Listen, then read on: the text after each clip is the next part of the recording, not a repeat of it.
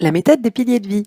Bonjour, je vous propose aujourd'hui une petite séance pour faire une pause au milieu de cette série sur les forces de caractère propices au bonheur, pour vous reposer sur vos piliers de vie, car il ne faut jamais oublier cet équilibre qui est essentiel dans votre vie.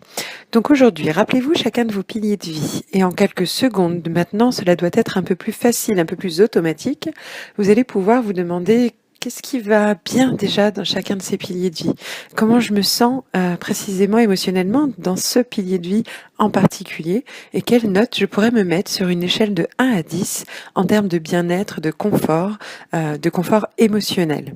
Donc du coup, je vous rappelle un par un les piliers, laissez résonner en vous et peut-être prenez un crayon et un papier et notez la note qui vous vient à l'esprit au moment où je vous parle de ce pilier.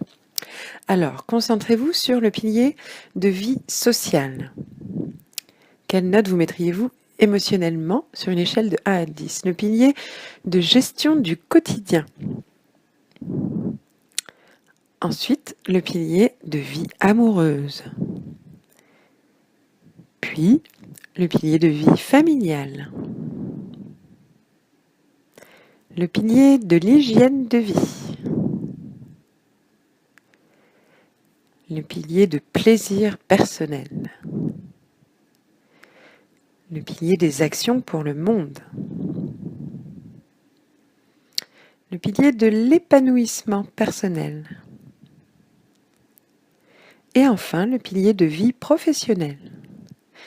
Voilà, prenez le temps peut-être à écouter, relisez les piliers un par un et offrez-vous cette petite séance de bilan émotionnel sur chacun de vos piliers pour voir où vous en êtes et ne pas oublier de porter attention aux piliers nécessaires, aussi bien pour les entretenir si tout va bien que pour peut-être les booster un petit peu si vous sentez qu'ils pourraient aller mieux.